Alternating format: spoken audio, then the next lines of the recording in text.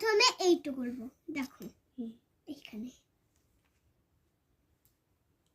1 2 3 4 5 6 7 এবার 4টা কাটতে হবে 1 1 2 3 4 এবার কটা আছে আমাকে গুনতে হবে সেটা 1 2 3 4 5 তা 5টা এইখানে বসাতে হবে। চলো বসিয়ে দিচ্ছি। দেখো তোমরা কেমনি করে 5 লিখতে জানো কমেন্ট বক্সে জানো। আমি অঙ্কটা আমার কেমন লাগলো, এবার আমি এইটা করব। এই অঙ্কটা কি অঙ্ক বলো কমেন্ট বক্সে জানিও। Bye bye.